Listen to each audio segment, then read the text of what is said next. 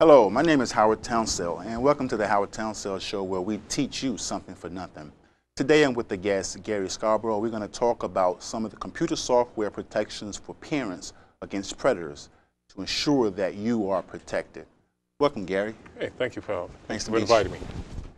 What I would like to do is I would like to begin by asking you a question. How can we make our family computers safer? One of the things I would recommend that anyone do to actually make their computer safe or a better usage of their computer for the children so that they can keep an eye on what's going on is actually by moving their computers out of the bedrooms and more into a common area, high traffic areas of the home. You know, by moving your computer into a high traffic area such as a family room, living room, kitchen, it gives you access to kind of walk by and see what types of sites and types of activities that your children are actually doing on the computer system. That's important because sometimes computers that are in bedrooms or in areas where you have no idea what they're doing, they're on these different chat sites, they're just going about things, and there's some things that may be unsafe for them that they may not even be aware of. So if it's in an area where you can see it, then you can kind of monitor it. Of course. Exactly.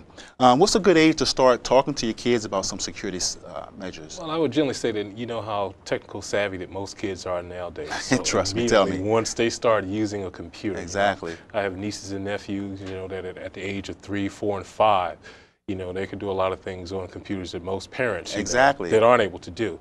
So I would say, as soon as your children start actually actively using the computer, you might want to start setting some guidelines, for children that are preteens under the age of 10.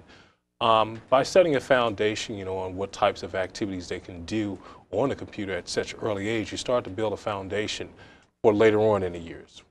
Are there any computer built-in features right now that's already on the computers that parents can use to protect their kids? Absolutely. I would probably say with any of the common browsers, such as Internet Explorer, Firefox, or Safari, which are the top 3 browsers, they all have features that are actually built into those browsers where you can actually go in and fine-tune what types of sites you allow your children to see. You can actually set up filters for profanity and types of keyword alerts and things like that, key searches that, won't be allowed by enabling built-in security features that are already present on any computer. How would you set up a filter? If you wanted to go in and set up a filter, what would be some of the process? Okay, I would start by using Internet Explorer, which is probably the most familiar browser. And to kind of explain what a browser is, first of all, for those who might not be aware, the browser is the application that allows you to view content from your computer and content that's based on the internet. So it's really just an application that allows you to view content that's out there on the internet. Okay. One of the things that you can actually do to kind of filter content, basically using Internet Explorer. Internet Explorer has what's called built-in security features, which are generally found under the settings tab. So basically, by going under the Settings tab, you can dig a little further into it, and you should see what's called a security filter. Oh, okay. And what's under that tab allows you to filter what types of sites by entering addresses, and these would have to be known addresses, that you don't want your children to visit. You can also filter things like content filters by, saying that there will be no profanity or language searches of things of that nature. Oh, okay. I didn't know that you could actually go in and specifically put in certain type of profane languages. You can. Exactly. You can put in keywords, that you don't want to have the computer to have access to. What about some X-rated sites and things of that nature? You can filter down to that level as well. You can simply set a filter on your computer basically with built-in features saying that you do not want any type of pornography content allowed on the system. Because I remember distinctly there was a time when if you don't have certain blocks on your computer, you get these pop-ups that come on your computer, and all of a sudden you're like, where did this come from? And I've never visited this site before, and then now you have this is on your computer, and if you click into it, I think, what does it do if you actually click into it by accident? Well, that's kind of jumping into a different area. Those types of pop-ups are generally what's called adware or malware applications or programs. And generally what those types of programs are actually doing is you want to be very careful of those, because first of all, by clicking on those links, you may be exposing yourself to a virus attack. Okay. Most of the time when you see pop-ups like that occur, you're being redirected from another site. That's right. So those are some of the things you want to be very, very careful about any pop-up popping up on your system that you did not initiate. Wow. So why monitoring software? Monitoring software provides, parents or guardians, with a good opportunity. If they're not always present in the home, say your computer's in a bedroom location, something of that nature, you don't always have access to your kid's laptop or desktop computers. Yes. Monitoring software allows a parent or guardian the ability to actually kind of manage what type of content is being viewed on those computers. Exactly. You can actually set up two different types of monitoring. You can do online monitoring, which actually sends you alerts via your cell phone, could be coming, via a desktop computer, or it could be logging files which you can then review on a separate computer at a later time. So for example, you have a teenager who's now beginning to venture out into different sites, going on to different forums, different chat sites, and let's say, for instance, you see the word, a specific word that you've put in as a filter, or something that you've put in as a target keyword, and let's say, for instance, sex, okay, and it come up, and you get this email that's sent to you saying that keyword was used. It gives you an alert now to know, hey, I need to go and check out what's going on. That's all some of the features and capabilities that are built in today's most common, monitoring types of software programs. People wouldn't even know. Yeah. I think there's a lot of parents out there that they're dealing with the situation where the predators are trying to engage and find ways to interact with their kids, almost acting as if they're their age. Exactly. That's one of the things about having, an internet profile is anonymity. No one can really tell how old you are. Exactly. Or if you're male or female in a chat room. Yeah. It brings me to a distinct story that happened back last month, where the young girl that was a teenager in Oregon was actually, she was found missing by her mom. They had just went shopping the night before. She goes up in the morning and she's missing. Yeah, I recall reviewing that article. Do you remember that? Yeah, actually I do. And it's quite an interesting story. Yeah, it is, and it was interesting because she was engaging in contact with a guy. I think he was at the age of 20 or 21. Exactly. And and I guess she didn't know. Her parents didn't know that she was interacting with this guy until actually they went back and looked at the records. Exactly. And so it's just kind of a little fearful. Well, I want to throw something out there. Also looking into that article, I had a chance to kind of review that article as well. And ironically, she had a younger brother, which was kind of aware that she was engaging in daily conversations with him, but at his age, he did not quite see anything wrong with it. Oh, yeah, I remember that. That's another thing. You kind of want to have an open dialogue with all of your children to kind of identify some do's and don'ts before they start to develop into something they may assume that is being normal. Yeah, I think that the daughter had actually spoke to the parent and told her, I have a friend. Exactly, exactly. I have a exactly. friend, and I think the mom just probably thought that it was someone at the school or just a friend that she had met, That's not exactly what knowing this happened. guy's way out of state, he's much older, Indeed. and no telling what can happen from Yes. it. All right, well, let's talk about viruses. How can we protect against viruses? I would probably say one of the first things you want to do to try to protect yourself against a virus is to make sure that your computers do have antivirus software on them, some type of antivirus program. Secondary to that, we want to make sure that the antivirus software is working correctly. Means that it is being able to go out to the internet and get, antivirus protection files on a daily basis. What are some of the best softwares out there? That's kind of a catch-22 question, but I would say, most any antivirus software program out there on the market provides you a level of protection. Some are a little bit more intrusive than others. Some are run a little bit more in the background. But the main thing that you want to look for in any antivirus program is, does this program update daily? And also with your paid antivirus programs, they are mainly subscription-based. So you want to make sure that your subscription is currently active. Most paid antivirus programs have subscriptions which run anywhere from 3 months to 6 months or even a yearly base. Okay. So at the end of those periods, we want to make sure that we are renewing it, because the moment you let your subscription to that antivirus product expire, then your system becomes vulnerable. You're no longer being protected. I see. Now, let's say for a parent who's on a fixed income and they just don't have the finances to go out and purchase software because it can be quite expensive. That is true. Is there anything that's free out there that people can use? There, for just about every paid program out there, antivirus program, there's ideally a free equivalent to that as well. Is that right? The free programs, I would probably say you kind of have to be a little bit more alert on, what they're actually doing. A lot of them, they run in the background, and you want to make sure that you are kind of monitoring and know when your system comes under attack. Let's talk about, let's say for instance, you go to a particular site, and on the particular site you go to, you get a sense that it's not a legitimate site. You go to the website, you're looking for, let's say for instance, to make a payment, or you're going to buy something online. Is there a way you can determine if a site is a legit site or not? Well, there are actually a couple of things you can determine if you're actually on a legitimate site.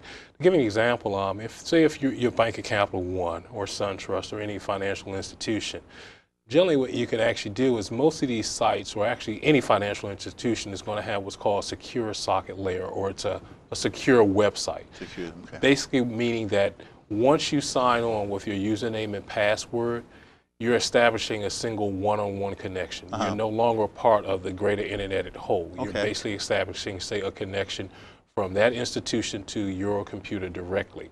One of the indications that that secure connection has been established is by looking to the bottom right hand of your screen. You should notice a little padlock in a closed position, indicating that there is a secure connection there. That's one of the visual indicators that you can actually do. You can also, if you look at your address at the top of your browser page, by simply hovering your mouse cursor over that, you should get a pop-up that actually matches the actual address that you're actually looking at. Okay. That's one of the quickest distinctions you can tell from a fictitious site to a legitimate site. Awesome. Now, say for instance, if your child goes online, what are some safety rules you can teach them? One of the first safety rules you want to teach any children is do not give out personal information. Tell me about it. Exactly. That's one of the biggest things you want to teach your children, not to give out, personal phone numbers, addresses, even times away from home. Such if you have a family vacation coming up or something of that nature. You have internet predators out there that may be in chat rooms and, just monitoring if they're having what may seem an innocent conversation, to someone else. You have to be aware that in some of these chat rooms, you have literally hundreds of other folks that are in that same chat room, and they just over a period of time may have started piecing together information, if the children is actually divulging addresses and things like that, or, when they're going to be travel times. I noticed that when you go to some of the social websites now, where you go to Facebook or Twitter, and people have a tendency of, it's a good thing, I'm going on vacation, I'm going to this place, I'm going to that place, and sometimes people will even tell them I'm gone for 2 weeks. And I've heard stories where people have come back and they've been, absolutely, they've been broken into and things of that nature. I mean, as you get older, you really want to be careful with who you're sharing information with. And even if it's your friends and things like, using a Facebook or My Page as an example and things like that, you may have a friend and you know this friend intimately and been knowing them for years, but they also may have a friend because they are a friend of another friend. They have now shown up in your profile. I see. So there's nothing wrong with saying that you're going to Aruba, or going to the islands for a vacation. But just don't get specific in social networking sites as that. You don't really want to reveal, okay, I'm leaving, September the 10th. I'm going to be gone for 2 weeks. Now, let me ask you, what are some danger signs? What are some things that parents can do to signs that they can have dangerous signs if they go to the computer and their son or daughter was on the computer and they're no longer on the computer? Is there any way they can check and look and see what sites they've been visiting? Based with the software in place, you can always go back and look at the history. Oh, okay. And then, there's an option within, again, any of the browsers where you can go back and actually physically look up the history of what websites have been, visited. So how would you do that? What would you do? Give me the process. Like, you go to where? You open up the browser, and normally if you click on the favorites option, right beside most favorite options in any of the browsers, you're going to see a history tab. Simply by clicking on that history tab, it's going to expand it out where you're going to see last sites visited for today, yesterday, last week, or the previous week. You can drill down within those, and generally that's going to keep a track of the websites that have actually been visited. I think what would be a tell sign is if you knew you saw your child on the internet yesterday or the day before, and you realize that there's no history, you know that something's wrong. I saw my child on the internet and they was up there for 20 minutes. They was up there for an hour. And I go to the history and it's all gone. What does that tell us? Well, again, kids are very smart, you can right? go a lot of different ways with that. One of the things that I would kind of be a little skeptical about, if you know your child spends a lot of time on the internet, perhaps this computer may be located in the bedroom, and every time you walk into the bedroom, your children actually quickly turn the page off or turn the computer off. Yes. As a parent, I would kind of raise a little red flag to me. Yes. What type of content are you viewing that, each time we visit the room, you're quickly turning off the computer or turning, to another website or page? I have a confession. My son's 14, and I know that he actually has a Facebook page, and him and his high school friends, they actually communicate, and it's okay.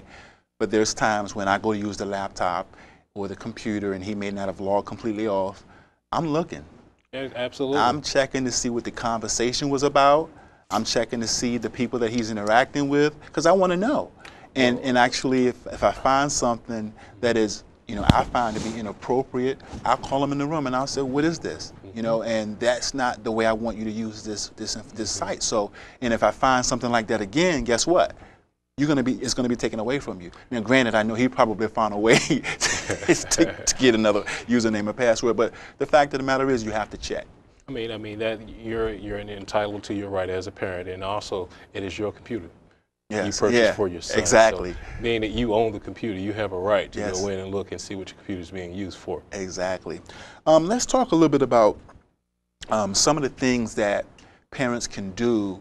Not only just to protect themselves, but let's say, for instance, example, you go to the computer and you find out that there is something up there that's inappropriate. Let's say like websites that they've been going to. How do you prevent them from going to that website? Well, basically, that's where I would say, as a parent, you really want to kind of open a dialogue with your children in regards to their internet usage and those types of sites. One of the things that you really want to do is get that dialogue going so that you can kind of be aware that some of the sites, first of all, that you're visiting, you may be exposing the system to viruses. Most viruses actually come in from sites of that nature. Secondly, you kind of want to have a conversation to the fact that, are these age-appropriate sites for what you're doing? These are labeled as adult websites, Are you over the age of 18 or are you over the age of 21? Secondary to that, you can start looking into, if you feel that, this is going to be a constant issue with your children, you might want to consider start using some monitoring software. Yeah. Well, once you set down those rules and guidelines, you know, if you, based upon, you know, your monitoring software that you're seeing that those rules and guidelines are not being followed, you can start enacting a little bit more stricter guidelines by Yes. prohibiting such sites to be visited on that computer. Okay, so you actually go to the website. So you go to the computer, Mm-hmm. you realize that this particular website that they visited is just completely inappropriate. You've had the conversation with them, but you want to put in protection measures to ensure, just for the safety measure, that they don't go to that site again. Is there anything you can do to put maybe a lock from that website or things like that? You can actually use some of the built-in filtering features that are right in Internet Explorer How or would you do that? Firefox. Again, that's going right back under the Internet options and going into the security tab. Okay, Internet options and security tab. Security tabs. Because we teach people things on this web on this show. Exactly, exactly. So I would say, you know, or you can actually, you know, look at the resource links that we're going to post up a little later on during the show, but for more details on how to go into those step by step. But on the surface level, basically what you're going to be doing is you're going to be looking for the tools options on your browser if you're using Internet Explorer. Okay. And under your tools option, you're going to drill down to it where it says Internet Options. Okay. And under the Internet Options tab, what you're going to be looking for is a security tab. Okay. Now we're talking. Security tab. Beneath that tab, you're going to see where you can enter certain websites you want to prohibit. Is that right? You can set a security, you know, filter where pornography, you know, profanity, things of that nature are prohibited on the computer. Those are some tools that are already built into that. Now I have to take that a step further, because basically if you enable those, you have, again, some very technical savvy kids nowadays that may even know about these features that you may not be aware of. Right. So one of the things you may want to consider before actually enabling those is creating a secondary account for your kid or your children. And limiting the access that that account has to go right back behind you and re-enable those changes that you've made. Is that right? You may want to consider Now also putting a password on your computer, a sign-on password, so that you're the only person that knows that password to that computer. Therefore, your children are going to have to come to you for the sign-on and usage of that computer at that particular time. Okay, are there any questions that we should be asking our kids? I would probably say, you know, you really want to ask age-appropriate questions. You know, once your kids are, you know, children that are under the age of 10, you kind of have a little bit more access on types of activities that they're actually doing on their computer. You know, once kids get into the teen ages, you know, things get a little bit more difficult. So with that particular age group and thing, you may want to consider, you know, again, if it's a computer in the home, you can enable some of the security features and things of that nature. You can go back and look at histories, but it always starts with having an open dialogue about computer usage. Okay, now let's go to another subject. Let's talk a little bit about the actual computers. Is there any computers that you should not purchase in terms of what's the best name brand computer out there for kids? Is there any particular type of computer that's better than the others? I would probably say, you know, that most of the computers that you purchase nowadays are really going to be, you know, sufficient in terms of performance. You know, one may have, you know, a faster processor, one may have a larger hard drive. What's a processor? But it's really going to honestly fall down into what's in the budget range for any given system. A processor is basically the brains of the computer. The brains. That's the one that actually does all the calculations in relationship to what you see on your screen. So in other words, when you're looking at a visual image on your screen, that visual image is being processed by the processor or the brains of the computer.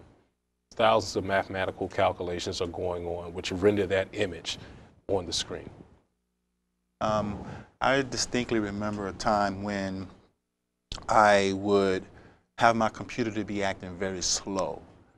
What can people do to speed up their computers? I'd probably say one of the easier things that you can do is what's called defragging your computer system. And basically, a defragment process is over a period of time of just natural computer usage.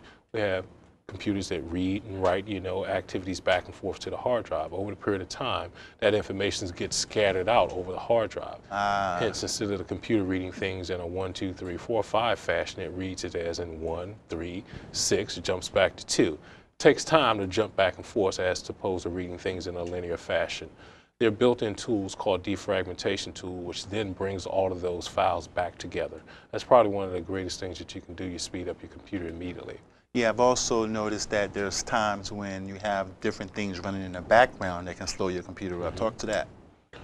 Again, generally when you turn your computer on, the only thing you want to have running is your antivirus program. Okay. So if you're turning your computer on and you're looking down towards the clock at the bottom of your screen, The bottom right-hand side of your screen, that's and where you're it'll seeing show. 6 and 7 or even 8 or 9 different icons. Right. All of those are applications that are actually currently running within your system's memory. You may not even know what they're doing. They're Exactly. they're slowing your computer down, and there's nothing wrong. I know that there are people who actually go out and purchase new computers because they feel like their computer is not running at the speed that it once ran, and there's nothing wrong with the computer. It's only because they have all these things. Use it for a year or whatnot, and they figure Right. that the computer is now running a lot slower than when they bought it, so they'll go out and get another one. Right. You don't need to repeat the same cycle again, but it's becoming a little bit more aware of what's actually happening with the computer. Generally, through the process of installing applications.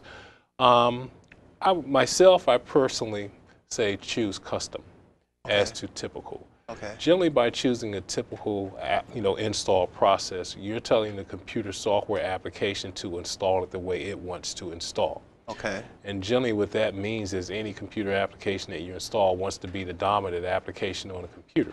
Meaning that when you turn your computer on, it assumes that that's going to be the first program that you're using. But by selecting a custom install, it gives you the ability to unselect that option and to kind of tweak the install process, and actually you get a chance to see what's being installed as well. Okay. Do you know that the time is up and we have just... Oh, really? Yes, I know. Really? We've been talking and it's been a great show, and I'm definitely going to have you back again so we can continue this dialogue because this is some great information. Thank you for visiting and coming to the Howard Townsell Show, where we teach you something for nothing, and we will be back next week to give you some more information about different topics that we endure. Thank you. All right.